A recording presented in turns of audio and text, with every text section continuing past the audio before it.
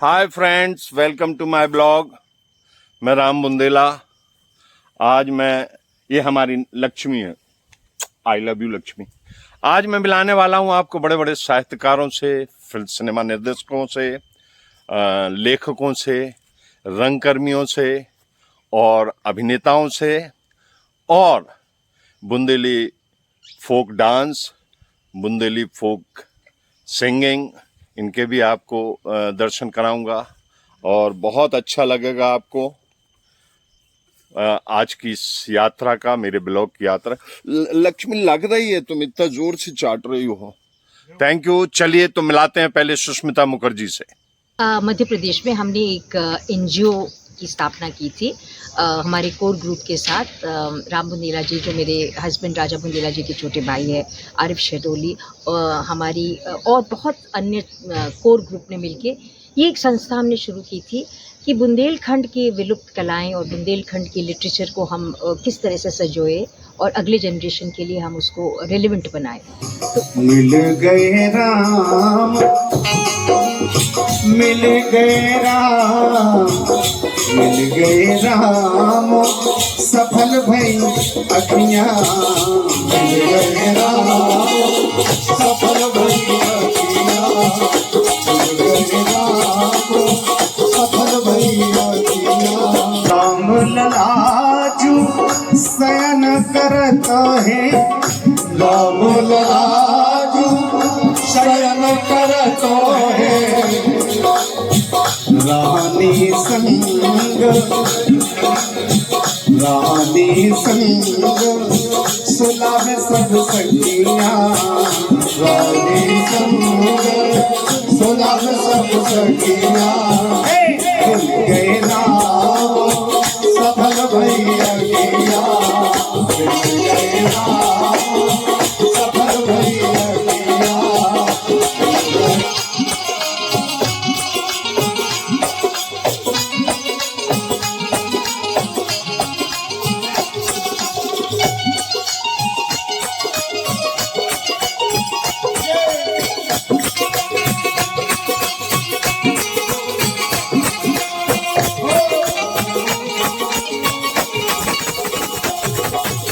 बुंदेलखंड की धरती की बात करें तो आपके बाबा तुलसी तो सारा विश्व उनको जानता है। उनकी रामायण विश्व का एक बहुत बड़ा ग्रंथ है। इसी तरह से महाकवि केशव उड़ीसा में जिनका जन्म हुआ, बुंदेलखंड में जन्म हुआ, उनकी बात करें अगर हम तो उनकी रामचंद्र का निश्चित तौर पर साहित्य में एक मील का पत्थर है। पर जब हम देखते हैं कि रामचंद्र का केवल साहित्यकारों तक या लाइब्रेरी तक वो कैद होकर रह गई, जबकि रामचरितमानस जन जन का ग्रंथ बन गया और वो जन जन में गाया जाता है, पूजा जाता है। उसका मुख्य कारण ये रहा कि हम जब जनभाषा से जुड़ते हैं, कोई भी साहित्यकार हो, कोई भी ग्रंथ हो, जब जनभाषा से जुड़ता है तभी वो जन जन का प्रिय बनता है। तो रामायण जो है वो जनभाषा में लिखी है। मैं आपको एक छोटा सा उदाहरण दूँ। बाबा तुलसी ने लिखा है कि जो बिल गाए बिहाय समाजा, नत मारे जई है राजा। अगर आपने जो है जिसने भी धनुष तोड़ा वो इस सभा से अलग हो जाए, वरना सारे राजा मारे जाएंगे। वहीं जब बाबा केशव लिखते हैं तो वो लिखते उलट मही को वेग पलटते हों, विदेह पूरी जन कह मरूर दे हों, कारज बिगड़ैया को भाग के गए तने खोज के संघार डारों, बारिधि में बोर दे हों, छत्री कुल नैया को।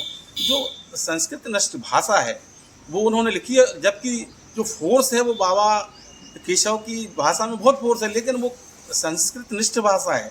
इसीलिए कहा जाता है हिंदी साहित्य में उन्हें कठिन काव्य का प्रेत कहा जाता है महाकवि केशव को। लोग कहते हैं जो न कवि को देन चाहो विदाई, तो पूछो केशव की कविताई। भाषा की शुद्धता को लेकर, और जब मैं शुद्धता की बात करता हूं तो संस्कृत निष्ठता को लेकर, कि भाषा बहुत संस्कृत निष्ठ होनी चाहिए। मैं हैरान हूं कि ऐसा क्यों आग्रह होने लग गया है।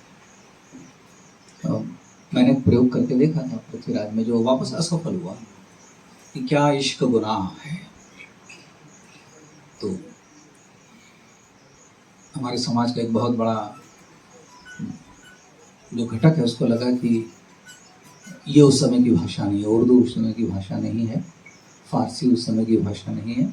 लेकिन एक सामान्य ज्ञान का अभाव है कि हिंदी भी उस समय की भाषा नहीं है। भाषा क्या करती है, आपको एक रियल बैकग्राउंड देती है। इब्राहिम अलकाजी नेशनल स्कूल के डायरेक्टर ने सबसे पहले ये कहा था सारे अध्यापकों को बुला के कि ये किताबें ले जाओ, घर पे पढ़ो और फिर पढ़ाने आना। स्टूडेंट्स को कहा था ये अपनी दाढ़ी काटो, सफ़ेद और अच्छे कपड़े पहन के आओगे। जब तुम अपने बारे में अच्छा सोचोगे तभी दुनिया तुम्हारे बारे में अच्छा सोचेगी।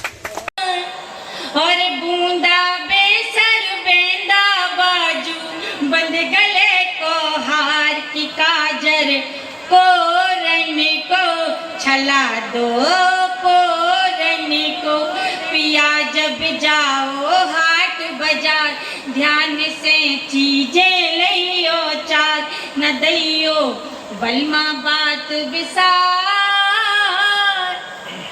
और बूंदा बेसर बेंदा बाजू बंद गले को हार।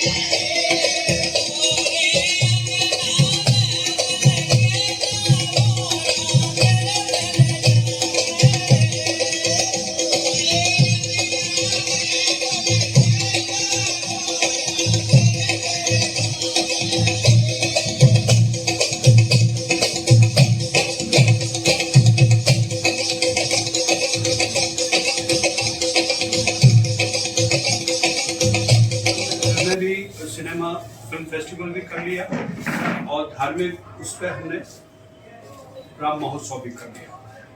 लेकिन एक कड़ी जो छूट रही थी वो हम लेखन के माध्यम से लोगों तक नहीं पहुंच पा रहे थे। हो सकता था कि हम पत्रकारों को बुला के करें। तो एक मुझे लिटरेचर फेस्ट की बात कही किसी ने, क्यों नहीं आप साहित्य के लोगों को जोड़ते हैं, इसमें पत्रकार भी आ जाएगा, साहित्य कथाकार भी आ जाएगा, कहानीकार भी आ जाएगा, आपके कवि भी आ जाएंगे। तो उसको लेकर ये ओरछा में इसलिए किया गया कि राजा राम का है, जगह का परिचय की भी जरूरत नहीं। आधे से ज्यादा लेखक जो आए अरे बोले आप हमारे राम राजा के दर्शन कराओ, हमने कहा हाँ कराएंगे। बोले तो हम आते हैं। राष्ट्र कवि मैथिली शरण गुप्त जी की जो प्रतिमा है वहाँ पर उनको माल्यार्पण करवा के हम लोग यहाँ से फिर अमर शहीद चंद्रशेखर आजाद क्रांति स्थल उनको लेके गए।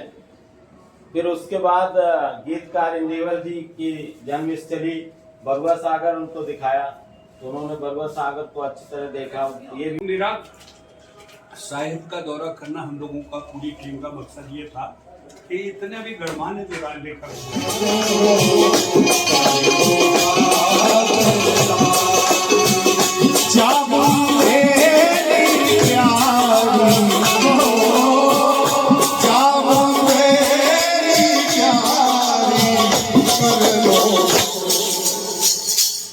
कर लो खातिर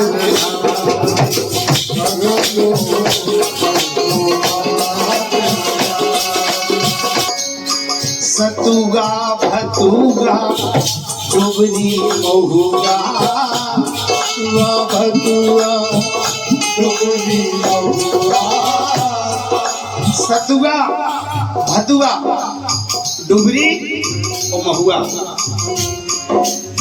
सतुगा भतुगा डुबरी महुगा सतुआ भतुआ डुबरी महुआ है कनकौगा तरकारी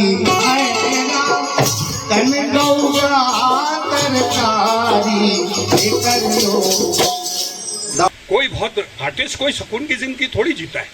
आर्टिस्ट के तो अंदर द्वंद्व चलता है, कभी रोल को लेके, कभी सिचुएशन को लेके, कभी नाटक चले या ना चले, कभी पर्दा खुले या ना खुले, कब डायलॉग भूल जाओ, वो द्वंद्व है आपके अंदर। और उस द्वंद्व को सीने में दबा के रखिए, तभी आप ज्वालामुखी बनेंगे। ये हमारी ओरछा लिटरेचर फेस्टिवल की कला यात्रा, साहित्य यात्रा। सभी विभूतियों से मिलाया और ख़ास तौर से हमारे बुंदेली म्यूज़िक की भी बहुत सुंदर प्रस्तुति थी।